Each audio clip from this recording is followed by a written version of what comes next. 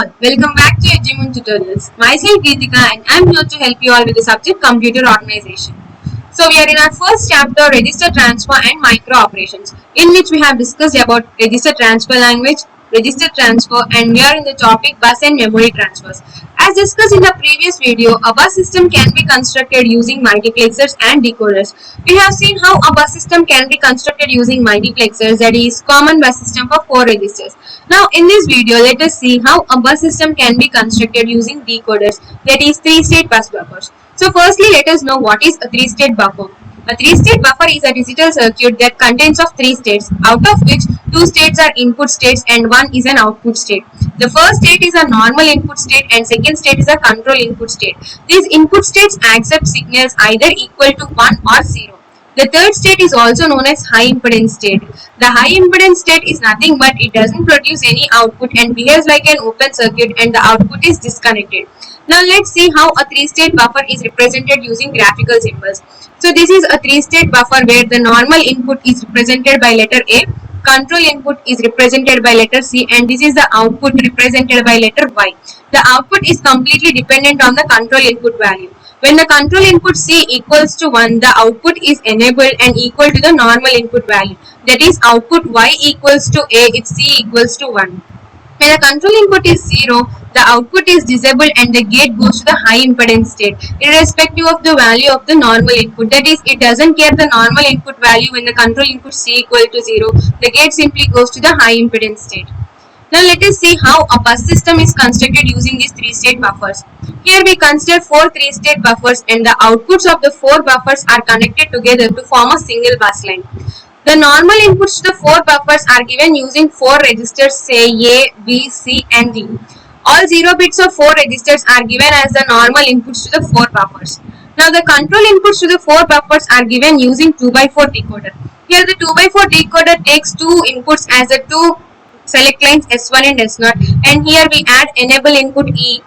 This enable input value is either equal to 1 or 0 and it produces 4 outputs numbered 0 through 3, where 0 output is given as the control input to the first buffer, 1 output is given as the control input to the second buffer, 2 output is given as the control input to the third buffer, and 3 output is given as the control input to the fourth buffer.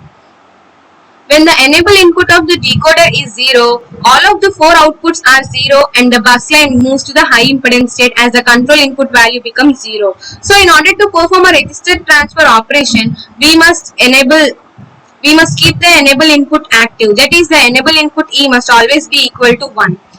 And no more than 1 buffer may be in the active state at any given time. This can be done using the select inputs. As we know, the 2 select inputs S1 and S0 has 4 possible binary values 0, 0, 0, 1, 1, 0 and 1, 1. So when S1, S0 equal to 0, 0, the 0 output of the decoder is selected and given as the control input to the first buffer, and the remaining 3 buffers will be inactive. So the first buffer output will be equal to its normal input value, that is A0. So bit A0 from register A is selected and given to the bus for the register transfer. When S1, S0 equal to 0, 1, the 1 output is selected and given as the control input to the second buffer, and the remaining 3 buffers will be inactive. And same D0 bit from the register B is selected and given to the bus for the register transfer. Similarly, when S1, S0 equal to 1, 0, bit C0 from register C is selected and given to the bus for the register transfer. And when S1, S0 equal to 1, 1, bit D0 from register D is selected and given to the bus for the register transfer. So this is how 3-state bus buffers work. Our next topic is memory transfer. Memory transfer is nothing but transfer of information in the memory unit. It takes place in 2 operations. First one is a read and second one is a write operation. The transfer of information from a memory unit to the user end, that is to any other register, is called a read operation, and the transfer of information from any other register to be stored into the memory is called write operation.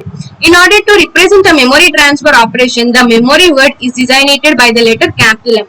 We must specify the address of the memory word while writing the memory transfer operations, and the address is specified in the address register, that is designated by the symbol AR, and the data register is designated by the symbol DR. Here the first statement represents the read operation, that is the information is transferred from the memory containing address register to the data register. And second statement represents the write operation, where the information is transferred from the register R1 to the memory containing address at the address register. So by this we have completed bus and memory transfers topic. Now our next topic is arithmetic micro operations. The arithmetic micro operations are nothing but the operations performed on numerical data or the contents in the register. The basic arithmetic micro operations are addition, subtraction, increment, decrement and shift. And some additional arithmetic micro operations are add with carry, subtract with borrow, transfer or load, etc. Here the multiplication and division operations are not included in the arithmetic micro operations list. So we consider basically 7 arithmetic micro operations which are shown in this table. First one, R3 arrow R1 plus R2. Here the contents of registers R1 and R2 are added and the result is transferred to the register R3. Second one, R3 arrow R1 minus R2. Here the contents of registers R1 and R2 are subtracted and the result is transferred to the register R3. Third one, R2 arrow R2 bar. Here R2 bar is complement, that is 1's complement.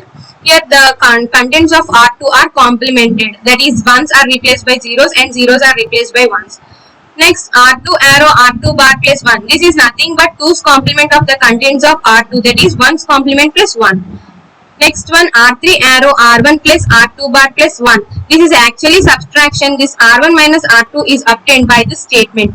Here the 2's complement of R2 register is added to the R1 and the result is transferred to R3. Next is R1 arrow R1 plus 1. Here the contents of register R1 are incremented by 1. This is increment operation. And R1 arrow R1 minus 1. Here the contents of register R1 are decremented by 1. This is decrement operation. So these are the list of arithmetic micro operations. By using arithmetic micro operations, we can implement binary adder subtractor, binary incrementer and arithmetic circuit. We will see how these implementations takes place in the next video. So let us see what we have learned in this video. In this video, we have learned about 3-state buffer and how a bus system is constructed using 3-state buffers, memory transfer and a list of arithmetic micro operations. So the next topics will be covered in the upcoming videos. Until then, get subscribed to EduMoon. Thank you and see you all in the next videos.